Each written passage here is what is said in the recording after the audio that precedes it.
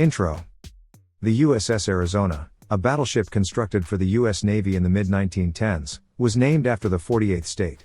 It was the last of its kind, commissioned in 1916. During World War I, the Arizona remained in the U.S. but accompanied President Woodrow Wilson to the Paris Peace Conference in 1919. That same year, it sailed to represent American interests in the Greco-Turkish War. 2 years later, the Arizona joined the Pacific Fleet, where it would spend the remainder of its days. Throughout the 1920s and 1930s, the Arizona was a regular participant in training exercises. In 1933, it provided assistance after an earthquake near Long Beach, California, and even made a cameo appearance in the 1934 film Here Comes the Navy. In 1940, as a measure to discourage Japanese expansion, the Pacific Fleet relocated its home base from California to Pearl Harbor, Hawaii. Tragically, on December 7, 1941, the Japanese launched a devastating attack on Pearl Harbor. The Arizona was hit hard by several bombs, one of which caused an explosion in the battleship's explosive storage area, leading to its sinking and the loss of 177 of its crew. The damage was so severe that the Arizona could not be repaired and never saw action in World War II. The sunken ship remains at the bottom of Pearl Harbor, under the USS Arizona Memorial, a solemn tribute to all those who perished in the attack. Description: the USS Arizona, a Pennsylvania-class battleship, was a colossal and awe-inspiring testament to American naval engineering.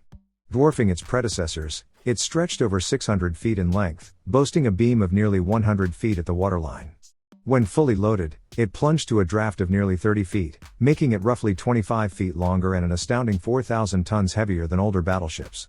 At full load, it displaced a massive 31,000 tons, a testament to its sheer size and the vast array of systems and weaponry it housed. Manning this behemoth was a sizable crew of 56 officers and over 1,000 enlisted men, their lives intertwined with the ship's complex machinery and daunting mission. The Arizona's immense power stemmed from 4 colossal steam turbines, each driving a propeller that dwarfed a grown man, measuring over 12 feet in diameter. Fueled by a dozen boilers, these turbines churned out an astounding 34,000 horsepower, propelling the ship to its design speed of 21 knots with ease and even surpassing it in subsequent trials to reach 21.5 knots. Despite its bulk, the Arizona was surprisingly efficient, capable of cruising at a leisurely 12 knots for thousands of miles without refueling. The ship's armament was nothing short of awe-inspiring. 12 fearsome 14-inch guns, housed in triple turrets, constituted its primary offensive power, capable of devastating broadsides that could cripple enemy vessels. In addition, 22 5-inch guns lined the ship's hull, providing a rapid-fire defense against smaller, nimbler attackers like destroyers and torpedo boats. Recognizing the growing threat from the air, the Arizona was originally fitted with 2 3-inch anti-aircraft guns, later supplemented with 2 more to bolster its aerial defenses. 2 torpedo tubes, each armed with a dozen torpedoes, rounded out the ship's formidable arsenal. The Arizona's protective measures were equally impressive. The waterline armor belt, a thick layer of steel protecting the ship's hull, was strategically designed to be thickest around the engine rooms and ammunition magazines, gradually tapering towards the bow and stern. Bulkheads at either end of the ship were also reinforced with varying thicknesses of armor. The ship's most critical areas, such as the gun turrets, their underlying structures, barbets, and the command tower, were encased in the heaviest armor plating. Even the main deck was layered with protective steel, with extra reinforcement over the vital steering gear. Going beyond conventional protection, the Arizona featured an innovative 3-inch bulkhead built within the hull, designed to mitigate the damage inflicted by torpedoes. This was supplemented by a double bottom, a safety feature that had proven capable of withstanding significant underwater explosions. In sum, the USS Arizona was a technological marvel, a floating fortress bristling with firepower and fortified with heavy armor. Its construction and design reflected the cutting-edge naval engineering of the time, making it a symbol of American military might and a testament to the ingenuity and skill of its builders. Construction and trials. In the early months of 1914, the New York Navy Yard bustled with activity as construction began on Battleship No. 39. With Assistant Secretary of the Navy Franklin Delano Roosevelt in attendance, the keel was laid for what was hoped to be a rapid build. The press heralded it as the world's most formidable warship, a symbol of American naval power. However, the ambitious timeline proved overly optimistic. A year into construction, the massive vessel was only half finished, a testament to the complexity and scale of the project. Despite delays, the ship, named Arizona in honor of the newest state in the Union, was ready for launch by mid-1915, some 15 months after construction began. The launch itself was a spectacle, a grand event that drew an estimated 75,000 spectators to the shipyard. Among the dignitaries present were the mayor of New York City and the governor of Arizona, both eager to witness this momentous occasion. The atmosphere was electric, with numerous military officials and other warships in attendance, adding to the sense of national pride and naval power on display. Esther Ross, daughter of a prominent Arizonan, was selected as the ship's sponsor. In a symbolic gesture, she christened the Arizona with not one, but two bottles. One contained sparkling wine from Ohio, while the other held water from the Roosevelt Dam, a nod to a recent alcohol ban enacted by the state's legislature. With the traditional breaking of the bottles against the ship's hull, the Arizona officially began its journey into the world. Following the launch, the newly christened battleship was towed to the Brooklyn Navy Yard, where it would undergo the final stages of outfitting and preparation for active duty. The process was meticulous and time-consuming, but finally, in late 1916, the Arizona was formally commissioned into the United States Navy. Captain John McDonald assumed command, and the ship embarked on its maiden voyage in November, setting sail for initial testing and a shakedown cruise. However, the Arizona's journey was not without setbacks. During testing, a turbine malfunction forced the ship to return to New York for repairs. Although it briefly managed to test its formidable guns in Chesapeake Bay, the damaged turbine required extensive work. Shipyard workers had to cut holes in the upper decks to remove the massive casing, a process that delayed the ship's return to service for nearly 4 months. Despite these early challenges, the Arizona's potential as a powerful asset to the Navy remained undeniable. World War I. In the spring of 1917, as the United States teetered on the brink of war, the USS Arizona, a formidable battleship of the U.S. Navy, set sail from the shipyard. Its immediate duty, to train gun crews for armed merchant ships that would brave the dangerous Atlantic waters, now infested with German U-boats. To better equip these merchant vessels for the perils of war, 8 of the Arizona's smaller guns were removed and repurposed. With the ever-present threat of submarine attacks, the battleship itself seldom ventured into the open ocean, its powerful guns lying mostly dormant. However, the crew maintained their gunnery skills by using an old shipwreck as a target for practice, honing their accuracy and readiness for potential combat. While the Arizona remained stateside, other battleships were dispatched to support the war effort in the United Kingdom. These vessels were primarily coal-powered, a fuel source more easily obtained in Europe than the oil required by the Arizona. Thus, the battleship continued its training duties in American waters, contributing to the war effort in its own way. Despite the serious nature of their mission, life aboard the Arizona was not all work and no play. The crew, a diverse group of individuals with a wide range of talents and interests, found ways to boost morale and camaraderie. Notably, the ship's rowing team proved to be a formidable force, winning a prestigious cup race and earning bragging rights for the entire crew. With the armistice in November 1918, the war came to an end. The Arizona was then ordered to embark on a new mission. Along with 9 other battleships, it escorted President Woodrow Wilson across the Atlantic to France for the Paris Peace Conference. After witnessing the diplomatic proceedings, the ships made a hasty return trip, arriving in New York just in time for the Christmas holiday. In a grand display of naval might, the Arizona led the returning fleet, firing a 19-gun salute to honor the Secretary of the Navy.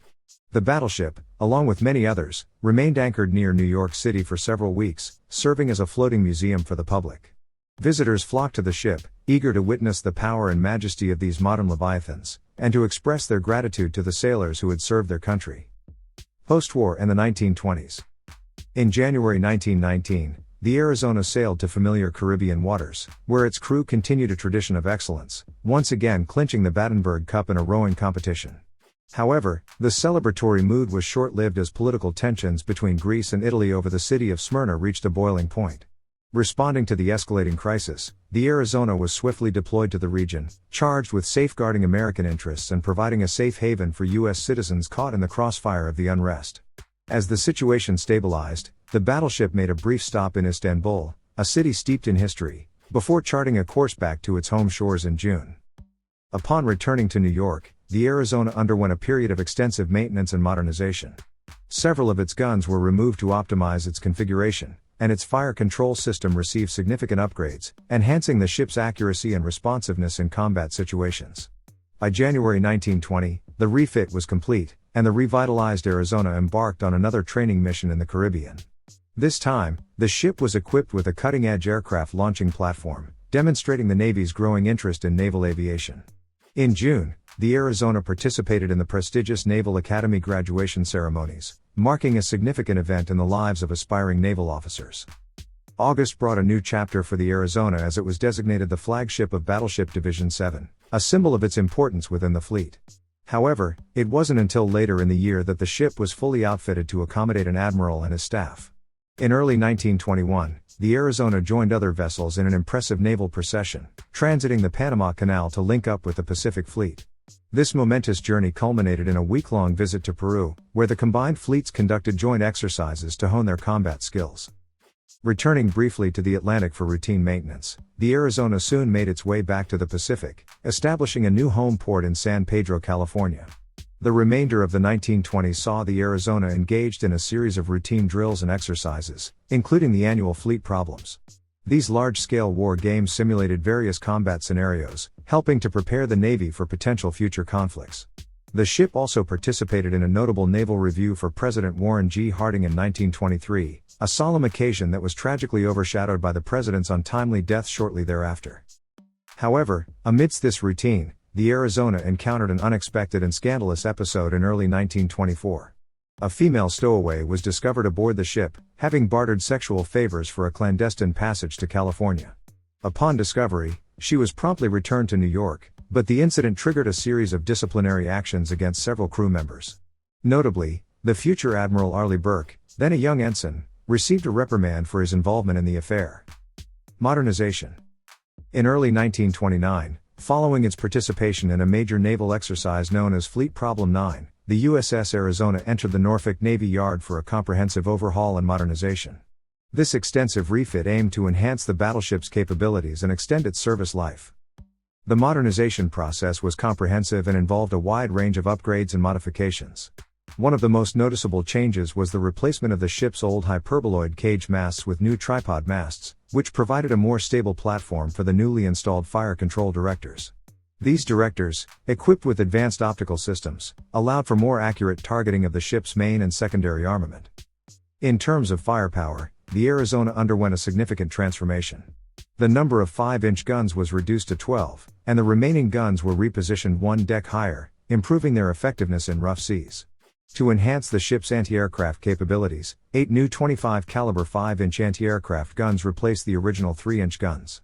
The main gun turrets were also modified, increasing their maximum elevation to 30 degrees, allowing for greater range and flexibility in targeting. The ship's aircraft catapult, initially powered by compressed air, was replaced with a more powerful black powder system. This upgrade enabled the launch of heavier aircraft and improved the ship's reconnaissance and spotting capabilities. To enhance the Arizona's survivability, additional armor was added to the deck, consisting of a 1.75-inch thick layer of special treatment steel, STS. This new armor offered improved protection against aerial bombs and plunging fire. The ship's hull was also modified with torpedo bulges, which were designed to absorb the impact of torpedo explosions and reduce the risk of flooding. Additionally, an extra bulkhead was added to the sides of the boiler rooms to further compartmentalize the ship and minimize the spread of damage. In a controversial decision, the Arizona's 2 submerged torpedo tubes were removed during the refit. This was based on the evolving naval doctrine, which suggested that future battleship engagements would likely occur at longer ranges, rendering torpedoes ineffective. Removing the tubes also allowed for the subdivision of the large transverse flat where they were located, further reducing the risk of flooding in battle. The modernization process also included a nearly complete overhaul of the ship's machinery. The original high-pressure turbines were replaced with more powerful and efficient geared turbines from the canceled battleship Washington. 6 new Babcock and Wilcox boilers were installed, replacing the originals. These improvements in propulsion increased the ship's overall power output, which helped to offset the weight added by the additional armor and equipment. During sea trials after the modernization, the Arizona achieved a speed of 20.7 knots, demonstrating that the upgrades had not significantly compromised the ship's performance. Overall, the modernization of the USS Arizona was a major undertaking that resulted in a significantly enhanced warship. The changes improved the ship's firepower, protection, and overall capabilities, ensuring it remained a formidable asset to the U.S. Navy. However, this extensive modernization also increased the crew complement to 92 officers and 1,639 enlisted men, highlighting the growing complexity of modern naval vessels and the demands placed on their crews. 1930s. In March 1931, the USS Arizona briefly traded its military duties for a more leisurely role as a presidential yacht. Before undergoing post-upgrade sea trials, the battleship had the honor of hosting President Herbert Hoover for a relaxing Caribbean getaway. The president took the opportunity to visit Puerto Rico and the Virgin Islands, enjoying the tropical scenery and warm hospitality. Upon returning from this brief respite, the Arizona underwent rigorous sea trials off the coast of Rockland, Maine, where its systems were tested and fine-tuned. During this time, the ship also received an additional aircraft catapult, enhancing its ability to launch reconnaissance planes and scout aircraft. The battleship then made its way to the west coast of the United States, joining the Pacific Fleet, where it would be based for the remainder of its career. In early 1932, the Arizona participated in Grand Joint Exercise No. 4, a large-scale naval exercise that involved a simulated attack on Pearl Harbor by carrier-based aircraft. This exercise would prove to be a chilling foreshadowing of the actual events that would unfold a decade later. In a twist of fate, the following year, the Arizona found itself playing a humanitarian role. While anchored in San Pedro, California, a devastating earthquake struck the nearby city of Long Beach. The Arizona's crew responded swiftly, providing vital assistance to the affected communities. The sailors helped with distributing food and supplies, treating the injured, and even maintaining order to prevent looting. The year 1934 brought both excitement and tragedy for the Arizona. In the early part of the year, the battleship and its crew were featured in the James Cagney film Here Comes the Navy, showcasing the ship's impressive capabilities and the daily lives of its sailors to a wider audience. However, this moment of Hollywood fame was soon overshadowed by a tragic accident. On July 26, the Arizona collided with a fishing trawler that was being towed off Cape Flattery, Washington. The collision resulted in the deaths of 2 fishermen aboard the trawler. The Navy promptly convened a court of inquiry to investigate the incident, and the Arizona's captain was ultimately court-martialed and relieved of his command. Despite this setback, the Arizona continued to fulfill its duties in the years leading up to World War II. The battleship participated in numerous training exercises and fleet maneuvers, often serving as the flagship for various admirals. In 1936, a small fire broke out in one of the gun turrets, but the crew's quick response prevented any serious damage. However, due to budgetary constraints, the Arizona, like many other ships in the fleet, spent significant amounts of time moored in port to conserve fuel. The late 1930s brought a series of changes in command for the Arizona, including the appointment of Admiral Chester Nimitz, a future hero of the Pacific War, as commander of Battleship Division 1. The ship also underwent another modernization at the Puget Sound Navy Yard in Washington state, receiving upgrades to its radar and anti-aircraft systems. In 1941, Captain Franklin Van Valkenburg took the helm as the Arizona's new commander. Later that year, during a training exercise in heavy fog, the Arizona was involved in a collision with the battleship Oklahoma. This incident necessitated repairs at Pearl Harbor, delaying a planned overhaul and keeping the Arizona in Hawaiian waters. The ship's final mission before the fateful attack was a night firing exercise conducted in early December. Afterward, the Arizona was docked alongside Ford Island with the Nevada and Oklahoma. On December 6, just one day before the Japanese attack, the repair ship Vestal came alongside the Arizona to assist with minor repairs, a routine task that would be interrupted by the shocking events that would soon unfold. Attack on Pearl Harbor. The devastating surprise attack on Pearl Harbor on the morning of December 7, 1941, remains a somber day etched in American history. It was a day when the United States Pacific Fleet, anchored peacefully in the harbor, was abruptly thrust into the chaos of war. Just before the clock struck 8 a.m., the tranquility of the Hawaiian morning was shattered by the ominous drone of approaching aircraft. Waves of Japanese planes from 6 aircraft carriers appeared on the horizon, their mission to cripple the American naval base. The unsuspecting fleet, including the mighty USS Arizona, was caught off guard, the serenity of the harbor replaced by the roar of engines and the deafening explosions of bombs and torpedoes. On board the Arizona, the shrill sound of the air raid alarm pierced the air at approximately 7:55 a.m., jolting sailors from their routines. As the urgency of the situation set in, the crew members rushed to their battle stations, preparing to defend their ship against the impending onslaught. Minutes later, the sky above the harbor was filled with 10 Japanese torpedo bombers, divided into 2 groups of 5, each launched from a different carrier. Their sights were set on the Arizona, a formidable target they aimed to neutralize. The attack unfolded with ruthless precision. The first wave of bombers, soaring at high altitudes to avoid the ship's anti-aircraft defenses, unleashed their deadly payloads on the unsuspecting battleship. Their bombs struck the midsection and stern, sending shockwaves through the vessel and igniting fires. But the attack was far from over. A second wave of bombers, following closely behind the first, swooped down on the Arizona's bow, further devastating the ship. When the smoke cleared, the Arizona had sustained 4 direct hits and 3 near misses. The precise locations of these impacts would later become a subject of investigation and debate. One near miss close to the port bow initially suggested a possible torpedo strike, though further examination revealed no underwater damage. Another bomb, the furthest aft, struck a glancing blow on a gun turret before exploding in the captain's pantry, sparking a small but dangerous fire. Yet another bomb ripped into the port side near the mainmast, likely detonating in the vicinity of a protective bulkhead. The third direct hit inflicted damage near one of the Arizona's anti-aircraft guns on the port side. The relentless assault on the Arizona left the mighty battleship crippled and ablaze, but the worst was yet to come. The final, fatal blow was about to be delivered, plunging the Arizona into a fiery abyss and forever altering the course of history. Magazine explosion. The fourth and final bomb, a fateful blow delivered at approximately 8:06 a.m., struck the Arizona near Turret 2, the battleship's second forward gun turret. Analysis suggests that this bomb likely penetrated the ship's armored deck, entering the vulnerable area near the forward ammunition magazines. While the exact point of penetration remains shrouded in uncertainty due to the extensive damage, the catastrophic consequences of this hit are undeniable. Within a mere 7 seconds of impact, the forward magazines erupted in a cataclysmic explosion that sent shockwaves through the entire harbor. The blast, fueled by tons of stored explosives, tore through the ship's hull, violently venting through the sides and obliterating much of the interior structure in the forward section. The sheer force of the explosion was so immense that it caused the forward gun turrets and the conning tower, the ship's command center, to collapse inward by an estimated 25 to 30 feet. The foremast and funnel, unable to withstand the immense pressure, crumpled forward like matchsticks, effectively cleaving the once mighty warship in two. The resulting inferno raged uncontrollably for 2 agonizing days, consuming the wreckage and spewing debris across the surrounding waters, including the nearby Ford Island. In a cruel twist of fate, the shockwave from the Arizona's explosion also extinguished fires that had broken out on the repair ship Vestal, which was moored alongside. The human cost of this catastrophic event was staggering. The bombs and the subsequent explosion claimed the lives of 1,177 of the 1,512 crew members who were on board that fateful morning. This staggering loss accounted for roughly half of the total casualties suffered by the U.S. forces during the entire Pearl Harbor attack.